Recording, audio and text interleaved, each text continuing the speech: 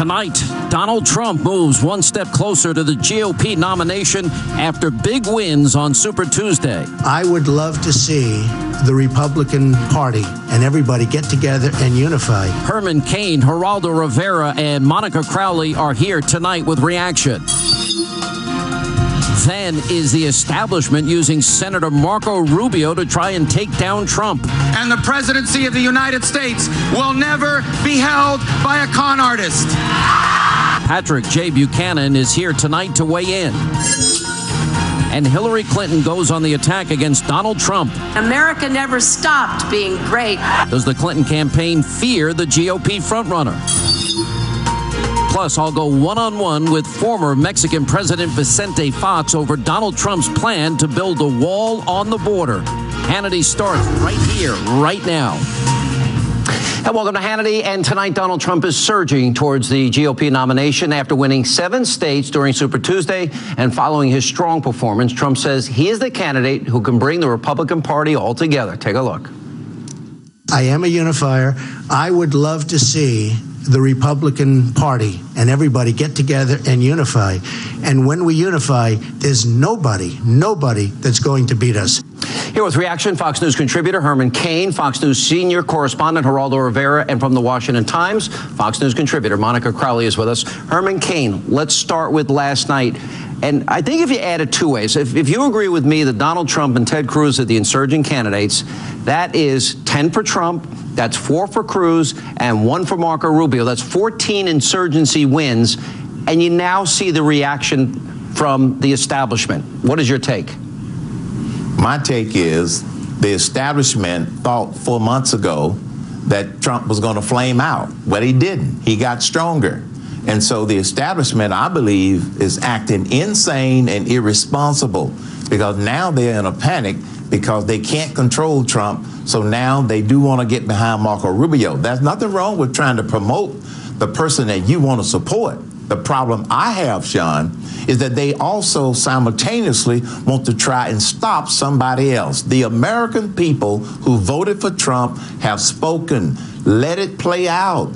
If he's the nominee, they ought to support the ultimate Republican nominee. I got in a little bit of a Twitter fight earlier with this Politico guy, Geraldo, and because I went on radio and I said that this is not the Marco Rubio I have known all these years. You know, how many times in his interview with Brett Baer last night and Megyn Kelly last night can he say con artist and fraud and won't denounce the KKK and hired illegal immigrants and misspelled words and the size of his hands? And that's not Marco. To me, it seems like the establishment is putting all this in his head. He's regurgitating it and being somebody that he's not. That's not my take on it. Your thoughts? First of all, I have big hands. Marco Rubio clearly took on the role as attack dog. Marco Rubio became what Chris Christie did to him. Chris Christie destroyed Marco Rubio's candidacy. But is this the real Marco? But Chris Christie paid the price. Himself. Don't you think? I don't know. I'm not a shrink. I don't care. I only know what I see. Marco Rubio tried to take down Trump. And indeed, if you analyze the results last night, I think Donald Trump underperformed. Now, Marco Rubio was effective in some of these attacks, but at the same time, Marco Rubio destroyed his own character. He made himself smaller than he is, than he could be. He, I think, eliminated any chance that he'll be the nominee.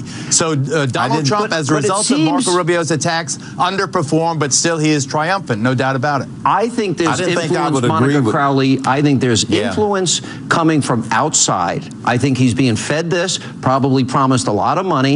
I don't think this is the Marco that we have known. And, you know, except for comprehensive immigration, a lot of people respected.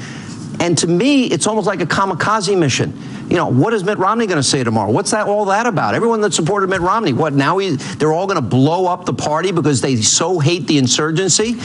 Yeah, I mean, the establishment has been in panic mode for a long time about Donald Trump, and only now are they starting to get really serious about it. And so they've decided that Marco Rubio is probably their best shot at retaining control of the party apparatus. Because remember, they hate Donald Trump, but they fear him more because they can't control him.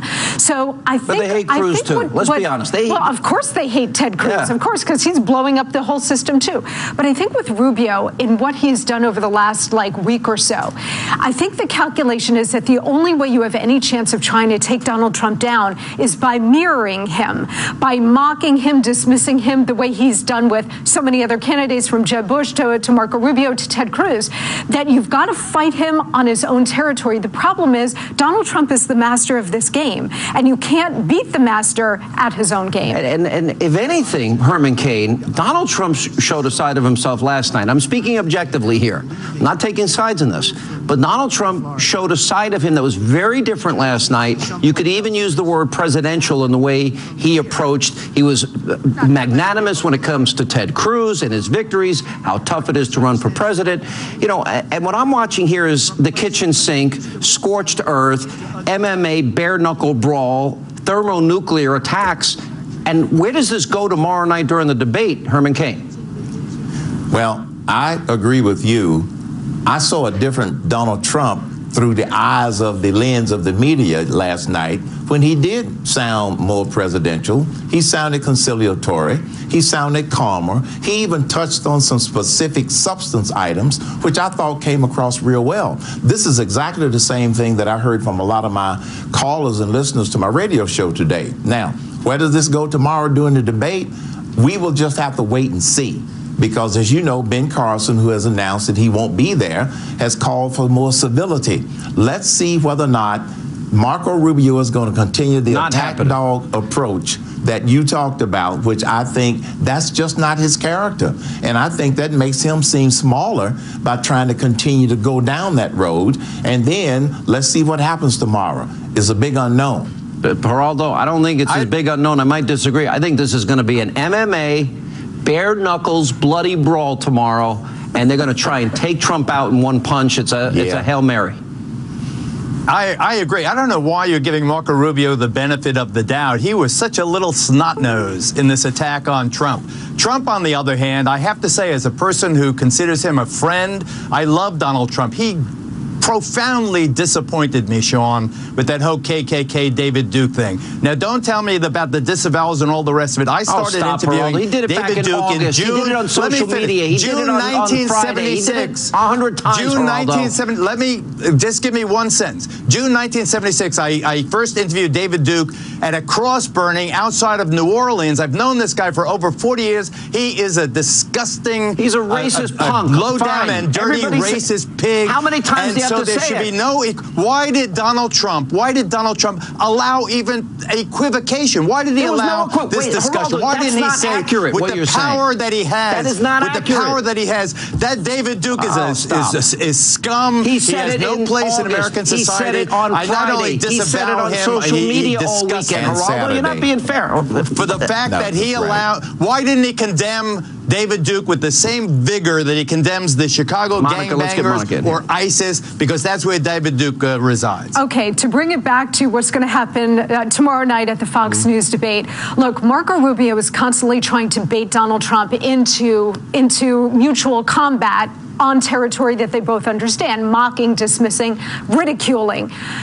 My advice to Donald Trump is don't take the bait, because if you start taking the bait and falling into the trap, now you're fighting on the same ground. Now what Trump did yesterday, that's not in his nature, though. Yes, but what he did yesterday, first of all, he called a press conference rather than doing a campaign rally. Very smart. He took questions from the press. His demeanor was a lot calmer, more presidential. I think if he proceeds that way, he'll end up calming a lot of the fears that a lot of people might have about Trump and his demeanor and how he carries himself going forward. Is he presidential? I think he took a big step toward that last night. So if the others want to engage in a brawl tomorrow, my advice to Donald Trump is fight back when necessary, defend yourself, but don't necessarily take the bait. Watch the cadence and tone. Deny the others the ability to drag you in. All right, Herman, real quick, because we got to go. Yeah. Well, I agree with Monica entirely, and that is if he keeps that same demeanor that he had last night in that press conference, he will rise above all the bickering that's going to take place, as well as all of the attacks that are definitely going to come against him tomorrow night. All right, guys, thank you all. Geraldo, I'm going to have you back on this because we need to have an argument. Thank you all. Coming up next on this busy news night tonight on Hannity. We are going to send the message that the party of Lincoln and Reagan and the presidency of the United States will never be held by a con artist. So, is the GOP establishment, are they sending Marco Rubio on a suicide mission that could ruin the Florida senator and blow up the party? We'll check in with the original insurgent, Patrick J. Buchanan. He'll join us. Also tonight, Cornel West is here in studio. He'll weigh in on the 26th case, and I go one-on-one tonight with the former president of Mexico, Vicente Fox. That and more tonight on Hannity. The Fox News GOP debate. Real issues, smart questions. Only one network gets America Answers. Watch as Brett Baer, Megyn Kelly, and Chris Wallace moderate.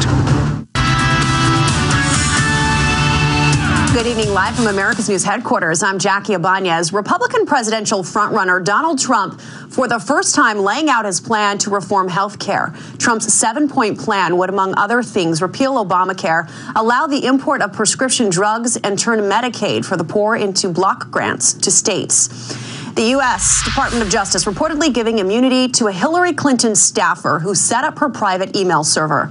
Clinton has been criticized for using private email to conduct official business during her tenure as Secretary of State. Some of that correspondence is now classified. North Korea firing several short-range missiles toward the Sea of Japan. South Korea says the missiles fell into the sea. Launch comes just hours after the UN Security Council approved new sanctions on North Korea in response to its January 6th nuclear test. I'm Jackie Ibanez. Now back to Hannity. For all your headlines, log on to foxnews.com. Welcome back to Hannity. Senator Marco Rubio has been hammering GOP frontrunner Donald Trump with vicious attacks on the campaign trail. Take a look. He's not a tough guy. The other day he told a protester, I want to punch you in the face. Donald Trump has never punched anyone in the face. He doesn't sweat because his pores are clogged from the spray tan that he uses. Donald is not going to make America great. He's going to make America orange. He's always calling me Little Marco. And I'll admit, the guy, he's taller than me. He's like 6'2", which is why I don't understand why his hands are the size of someone who's 5'2". Have you seen his hands? They're like this. And you know what they say about men with small hands? You can't trust them. We are going to send the message that the party of Lincoln and Reagan and the presidency of the United States will never be held by a con artist. So Rubio's attacks turning into a suicide mission, and could it actually ruin his career and destroy and hurt the Republican Party? Here to answer that question, author of the book, The Greatest Comeback, the original insurgent himself, Patrick J. Buchanan. Sir, how are you? I'm fine, Sean. So I watched Marco in 2 interviews last night, and I want to be very clear here. For the record, I've always liked him. It's very hard not to like Marco Rubio. I get the sense that he couldn't get out the word con artist, fraud, supporting the KKK, hiring illegal immigrants, Trump University, over and over and over enough. Probably a preview of tomorrow's debate. Here's my question. Do you agree with me that probably this is not the Marco we've known, and B, that he's probably being influenced and he's the hired gun now to take out the insurgency? I think he's made a calculated decision that he's going to be he's getting the applause of the media establishment. He's getting the applause of the establishment. He's tearing down Donald Trump. The establishment wants him destroyed. Marco has volunteered to be the instrument of destruction. I agree with you in the longer run. Marco is not going to be the nominee. I don't think the Trump people at the convention would ever support Marco Rubio after these kinds of attacks. But in the short run, Sean, there's no doubt about it. It is an effective tactic. It's got Marco tremendous amounts of attention he never otherwise got. Let me just tell you about the strategy they had in Virginia. They ran all these savage attack ads on Trump going over again and again and again. That's where I live. Marco's calling him a scam artist, a con artist. And Marco closed the gap there. That's the strategy between now and the Ides of March. Okay. But if you look, Pat, you know, he got the votes, most of his votes in Northern Virginia. That is not an area where any Republican is going to really do well on in a general election. Same in Minnesota. I mean, he's looking at Minneapolis, St. Paul, not exactly Republican-friendly territory here. So what is his goal here? In other words, is his goal to win, or is his goal to prevent Trump or Cruz from getting 1,237 delegates? His goal, you're right, this is not a general election strategy. It's not even a good nomination strategy. But it is a good strategy if the objective of you and your supporters is to bring down Trump, no matter how you have to do it, because we can't accept him. And there's a lot in the media. There are a lot here in the establishment in Washington. There are a lot of folks in the party who would be delighted to see Donald Trump taken down. And you don't think there's been backdoor meetings and closed-door meetings and smoke-filled rooms, and he's not getting support and being offered money to do all this? Maybe it's my conspiratorial mind. I think this is orchestrated, well-funded, and well-organized. Right. I think this helps Marco in the short run. In the long run, I agree with you. I think it may terminate his political career. And what I don't understand is if they manage to destroy Donald Trump, who do they think is going to get the nomination? Marco? Ted Cruz. Well, the likelihood is Ted Cruz. And the establishment doesn't like him any more than they like Donald. They hate him both. And they hate you also, Pat, by the way, for the record. They don't like me either. Well, but, all right, so 14 of 15 contests, though. 14 of 15 go to insurgent candidates. If you agree with me that both Donald Trump and Ted Cruz are insurgents, let's look at the polls. You got the Real Clear Politics average in Florida, for example. Donald Trump, 40.3, Rubio, 20.8, Cruz, 15.8. Here's how bad it's gotten. Now, I want to be very clear. I like the old Marco Rubio. I didn't like the comprehensive immigration bill, but he was a Tea Party guy in 2010. But when he runs an ad like this, invoking the KKK, when Donald Trump had disavowed it again and again and again, this to me is now way beyond the pale of what I would expect in a primary. Let me roll tape. I asked Donald Trump 3 times if he would disavow the support of David Duke and the Ku Klux Klan. Well, I have to look at the group. Trump refuses to denounce the KKK. Think about that. For president? Ronald Reagan made us believe that it was morning in America again. Well, now the children of the Reagan Revolution are ready to assume the mantle of leadership. Now, that's a Rubio super PAC. Pat? Your reaction to that, because I'm stunned. It is outrageous. Everybody knows that David Duke has got nothing in common with Donald Trump, and Trump and the KKK is preposterous, outrageous. But when a reporter goes up, do you renounce the KKK? They put that in people's minds. It is insidious, and the idea that Rubio and his super PAC, I understand why they're doing it. They want to destroy this guy, Sean. They're going all out. Does they think it work? He's a menace to the party. Do you think this works? And also what's coming in tomorrow night's debate? I think, to a degree, it is hurting. I think it hurt Trump, the attack ads in Northern Virginia. I don't know if the KKK was in there, but these things are designed to hurt him. My guess would be you might see some kind of closing in Florida. But again, you got to wait for March 15th. And I'll tell you, then at that point, we're going to see whether Trump has a clear shot to the nomination and can't be stopped, or whether he's going to be short in terms of delegates. Does he have to win Ohio and Florida on the 15th, or no, just? I don't think so. I think if he wins one of the two, frankly, even if he loses them both, he's not done. There's races between now and then. But I will say this. Look, the people in the Republican establishment, the enormous turnouts we're getting, I've never seen anything like this. They should be ecstatic. They should be happy. If you can pull this party together, Sean, you can beat Hillary. Her turnouts of her and Bernie are anemic despite the big turnouts for Bernie. Isn't it amazing? This thing is winnable if the party gets together. But they hate the 2 top guys, the 2 most popular people that are winning in this process. They hate them. Well, they're going to have to get over that by after March 15th, I'll tell you. Yeah. Or they will be responsible for blowing not only the opportunity to win. This, I think, if you drive these Trump people off from the party who are coming in, the party is gone, and I don't know why it shouldn't be. Look, the establishment's positions have been repudiated. They're not coming back on trade or intervention or open borders or all the rest of it. That is over. Bush Republicanism is yesterday, and the establishment has got to wake up to it. Otherwise, it's not going to have any future at all. All right, Pat Buchanan, the original insurgent. Thank you for being with us. And coming up next tonight, right here on Hannity. I'm going to get along great with Congress, okay?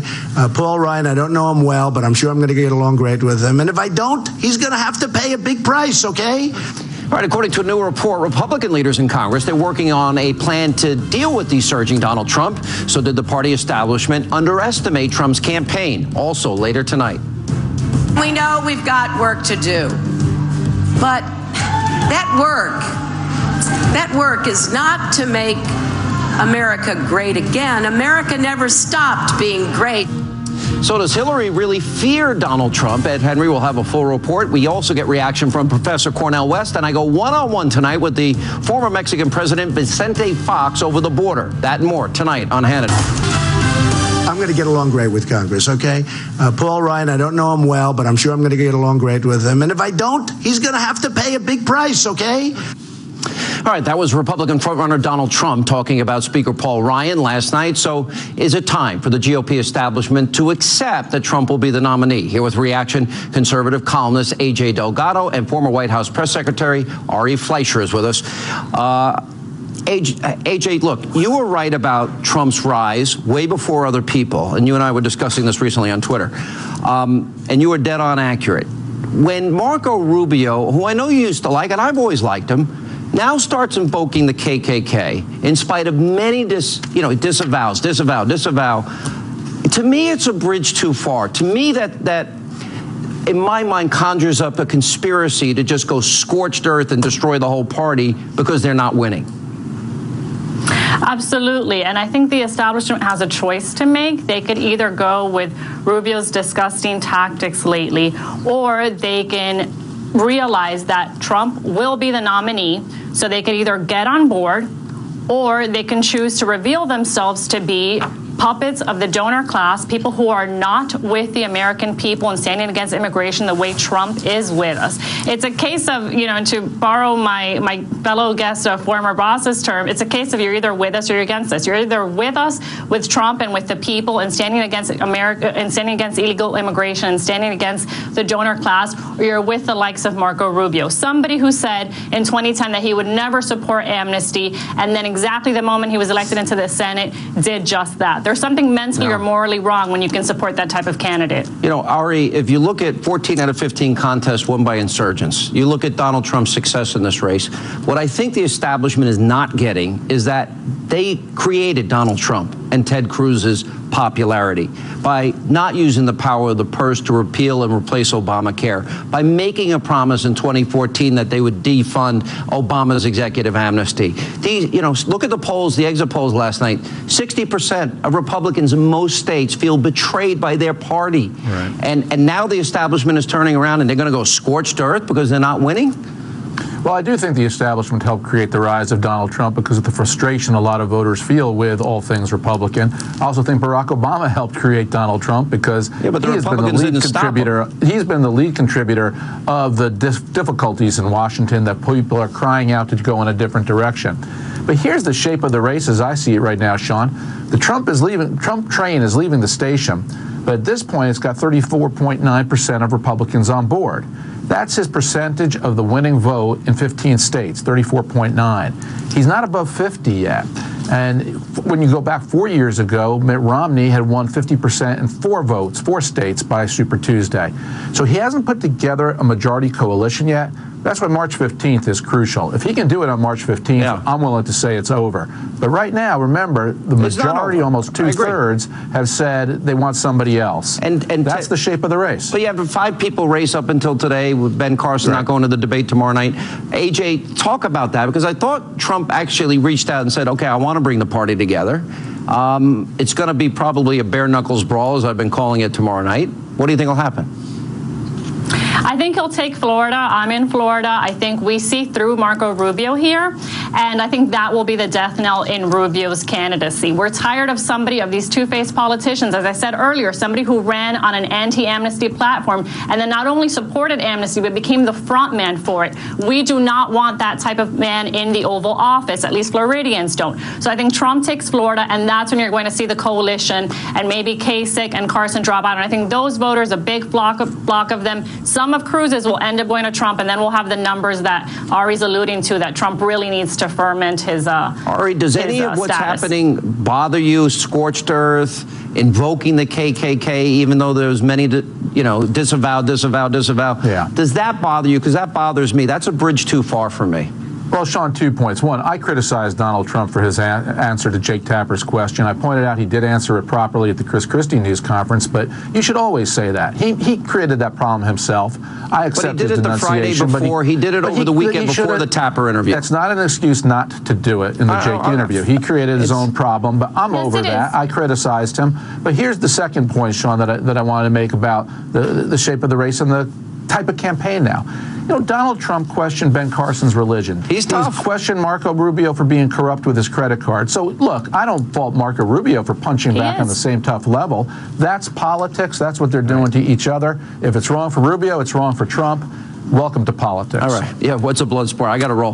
Guy, AJ, welcome back. We missed you. It was my fault. I forgot to call you. I missed you, Sean. All right. We appreciate you being back. Ari, always good to see you. And coming up next, tonight on Hannity. We know we've got work to do. But that work is not to make America great again. America never stopped being great. All right, during her speech last night, Hillary Clinton slammed Donald Trump. Is that a sign that Clinton could be starting to fear the GOP frontrunner? Well, the one and only Cornel West will join me to weigh in on that and more. And then later tonight, former Mexican President Vicente Fox.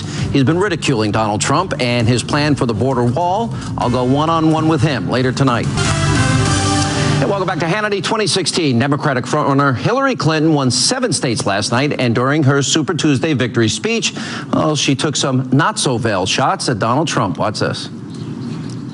We know we've got work to do, but that work is not to make America great again. America never stopped being great. Instead of building walls, we're going to break down barriers and build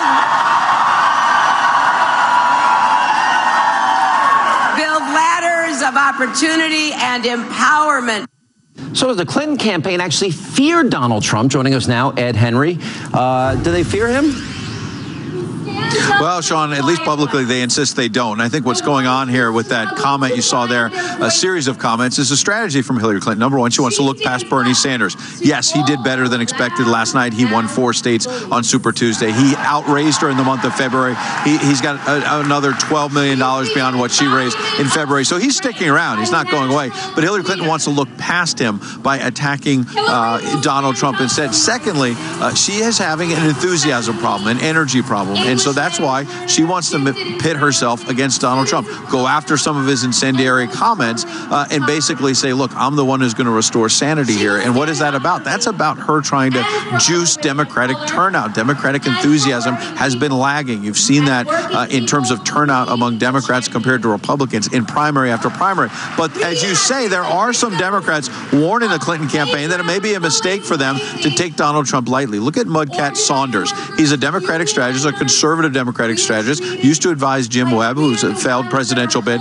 He said this today, quote, I think Trump could beat her like a tied-up billy goat. There are many areas in key swing states like Virginia, North Carolina, Ohio, and Pennsylvania that look like Sherman went through and didn't burn anything. Empty factories, empty buildings, few opportunities for young people. It's sad. It should be no surprise to anybody that voters in those states are gravitating to Trump. So look, she wants to make this Clinton v. Trump, and it may end up being that. But there are some Democrats warning her that Trump may be stronger than she thinks in a general, number one. And number two, by the way, Bernie Sanders is still trying to tap into those very same voters. And you have the Ohio and Michigan primaries coming up the next 2 Tuesdays. Sanders hopes to make one last stand there. I hope she's paying attention that the FBI director said he's taken ownership of the investigation and the emails. And Joe DeGeneva, former U.S. attorney, says he believes a grand jury's been convened. So we'll be watching that closely. Ed Henry, thank you.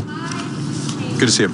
Joining us now to weigh in on the 2016 race, the professor of philosophy and Christian practice at Union Theological Seminary, also a professor at Princeton University, Dr. Cornel West is with us. How are you, my friend? Always a blessing, my brother. It's always, come on. I have a hard time going at you because we're good friends. Let me play for you. Don't you find the race card repugnant? You do. Oh, absolutely. Let me play Hillary Clinton, and I want you to objectively tell me if this is playing the race card. Mm-hmm. Republican governors and legislatures are erecting one barrier after another that make it harder for black people to vote. It's a blast from the Jim Crow past, and we need to call it for what it is. And in state after state, they're doing everything they can to stop black people Latinos, poor people, young people, people with disabilities from voting. It's a blast from the Jim Crow past. Do you know anybody that's trying to stop black people, Latinos, poor people, young people, people with disabilities from voting? Do you know who's doing that? No, I think there's no doubt. I was just talking to my dear brother, William Barber, Reverend Barber, the king-like figure of our time, about the voting suppression activity there in North Carolina. As you know, there's a court case going on right now. But do you know anybody that's actively trying to stop people from voting? Well, it's not a question of motivation. It's a question of effect and consequence. If, in fact, we see that it's harder for black people, brown people to vote. How's it harder?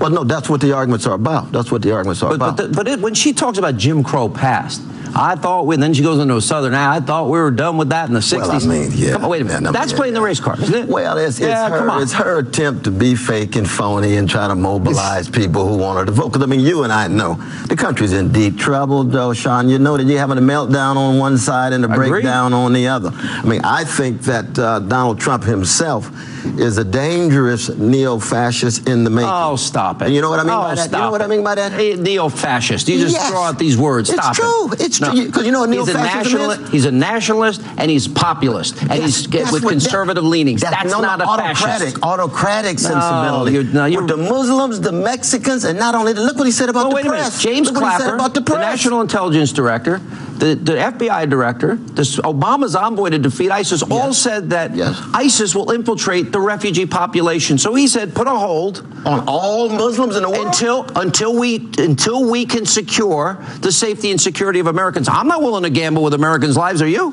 Well, I'm not willing to gamble, but I'm concerned about rights and liberties. I'm concerned about the precious humanity of Muslim brothers and sisters. If our intelligence officers say that ISIS will infiltrate, don't you worry about that? But the sad moment is this. We've got, on the one hand, a milquetoast neoliberal in Hillary Clinton. Milquetoast neoliberal? Milquetoast neoliberal, tied to Wall Street, tied to big money. Then we've got a dangerous neo-fascist with the only way out is the genuine populism of my dear brother Bernie Sanders. You want the communist. He's a genuine populist. He's a genuine populist. He's an admitted socialist. Well, he calls himself a socialist. Well, he is a socialist. No, but I'm a genuine democratic socialist. Right, but here's the thing. He's a genuine Let me ask this He's question. not calling for elimination of private property. He's not calling for national. You know how you call me Brother Sean? Yes, exactly. And you call our friend Tavis Smiley Brother Tavis? Yeah, that's right. All right, Tavis actually said that Hillary better be careful that the black vote could go to Trump. Well, no, the black vote won't go to Trump. You know why they shouldn't? No. Trump scapegoats the vulnerable too much. No. Precious Mexicans, Muslims, women. You can't get away with that. Can I ask you a question? On the other hand, I can say this. Hillary doesn't have enough gas in her tank, and that's what the only person who can beat Trump is Bernie Sanders. Look at the polls. Look at the polls. Here's what I want to ask you. Yes. Are black Americans, there's millions more in poverty since Obama's been president, million more on food. Child poverty is higher. Child poverty is higher. Millions more poverty, millions more food stamps, millions more out of the labor force. 50% of black teenagers can't get a summer job. If I didn't have a summer job, I'll get in a lot of trouble. You and me together. Okay, you and I together. We would have been good friends. Absolutely. All right, but here's the problem. Is black America better under Obama? No, it's not better under social liberal policies. But you know what it has, though? Symbol. You see, large numbers of black brothers and sisters are tied to symbol. Obama. Symbol doesn't put food on the table. I agree, but the symbols play a very Symbol's not a role. job. Symbols play a role. Now, you know my own criticisms have been trying to get beyond symbol and try to talk about substance. Hey, how about we get people back to work and get an economy working? That's what Bernie Sanders talking about. If you become energy independent, like Republicans are talking about, if you actually build a wall, there's less competition with illegal immigrants. You want to build a wall. I want to build a big wall. You want to build a big wall? Huge. That's wrong, bro. That's you right. Can't build a wall. Yeah, we can. And we can hire Americans to do it. No, Sean, you don't want to. You need a drink, right? We're going to have After to steal away and have a cognac on that. You're going to need a cognac. We can't be building a wall. Oh, we're going to build a wall. It's coming. A big wall. But I'll go down there with you. And you know what? Less drugs will be coming into the country, less crime, and people that want to come in here legally, they can be part of our family legally. Yeah, but that's a longer discussion. But at the same time, see, you're agreeing with me. You almost agreed with me. No, not at all. See, your solar plexus wins towards my direction. No, I got it wrong. All right. You got to come back more often. We miss you. All right, up next, you don't want to miss this here on Hannity. We are going to have a wall. I watched the ex-president of Mexico, the arrogance of this man. Donald Trump went after former Mexican President Vicente Fox. I go one-on-one with the former president right after this break. An interview you don't want to miss. Straight ahead. We are going to have a wall. I watched the ex-president of Mexico, the arrogance of this man. And I get along great with the Hispanics. You saw in Nevada, I won in the poll, the Hispanic vote. Vicente Fox, first of all, he used a word that you should never have. If I ever used that word, you folks would have never, ever, ever let me get away with it. Nobody even talked about the word he used. And this is the ultimate word. But he was angry at the concept of somebody saying that they were going to pay for the wall. Mexico's going to pay for the wall. All right, that was 2016. GOP frontrunner Donald Trump last night taking a swipe at the former president of Mexico. Joining me now to respond to Mr. Trump is former president of Mexico, Vicente Fox. Mr. Fox, welcome back to the program, sir.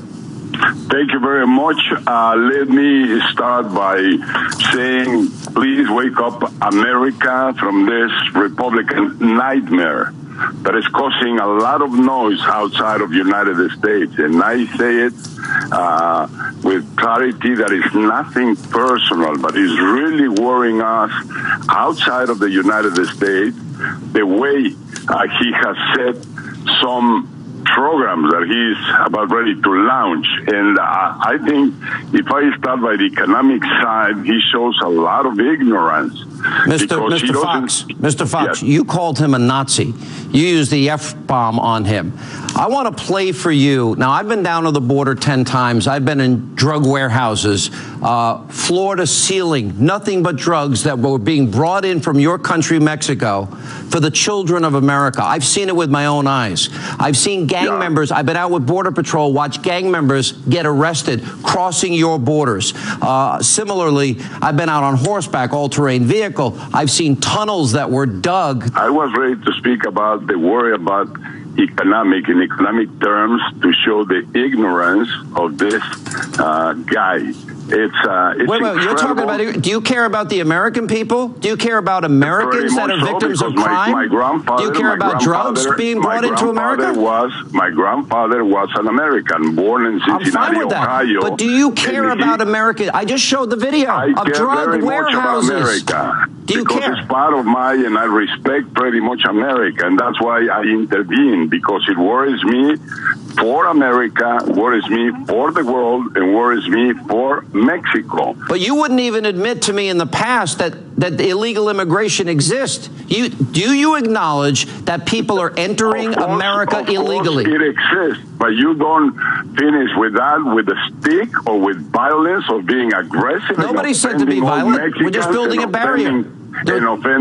What's wrong with building a wall, sir? What's wrong with building a barrier to stop drugs? It's your right, but walls don't work, and that should be known. Oh no, I think walls work pretty good, actually. That's where that's why criminals are surrounded by walls in prison. The Chinese wall that he mentioned never worked. Let me play for you, and I want you to respond. There are 642,000 crimes, and this was in 2014, in a 7-year period. That cannot be. I don't accept sir, that. let me play it for you. You can hear it yourself. These are border agents giving real statistics. Play the tape. Criminal aliens have been responsible for about 642,000 offenses, criminal offenses. You look up there in top left, sexual assault. There's close to 8,000 victims. 642,000 crimes since 2008 Texas. In Texas alone. Yes, sir. By over 200,000 individuals. Their criminal history reflects that they were committed over 642,000 crimes. That's the cost of not securing the border. 642,000 crimes since 2008 in a 7-year. That's not true. So our Border Patrol is lying. It happened in the whole of the United States. No, we're never going to agree, because I believe those people that are there. I was in the drug warehouses. I saw the underground tunnels. I watched criminal aliens get arrested, gang members. Not for that. We were going to talk about Trump. And we did talk about Trump. You used pretty nasty language towards him. He's going to take this nation to the desert. He doesn't understand about creating jobs. He only lies and lies and lies and uses whatever is convenient for him without any attention to facts. That's why I say he's an egocentric. He's not only looking for himself and not for the rest. He believes in the white supremacy. All right, that's ridiculous. I gotta go. That's Hitler. I mean, it's that's absolutely. Hitler. That is a disgraceful comment, sir, for you to say. That's disgraceful. America has a right to protect its children from the drugs that cross. Listen, I understand most people want jobs. The Republican Party. I understand that you didn't fix the economy of your country. I understand that most people. Oh no, you didn't. Then why are they all coming to America? But we have the right to protect our children from the drug trade and the crimes that are committed on our border by illegal immigrants, sir. And you ought to respect that. To stop consumption of drugs in this nation. That's true too. I agree with you. Yeah, right, but I gotta go. Done because that's the problem for Mexico. We don't produce drugs significantly. You're right. Consumption is a part of the equation, but distribution is also a big part of the equation. So I gotta go. Thank you, sir. All right, and coming up, we need your help. Our very important question of the day, straight ahead. And time for tonight's question of the day. So who do you think is going to win the Republican nomination? Just go to Facebook.com/Sean Hannity, @Sean Hannity on Twitter. Let us know what you think. That's all the time we have left this evening. As always, thank you for being with us. We'll see you back here tomorrow night.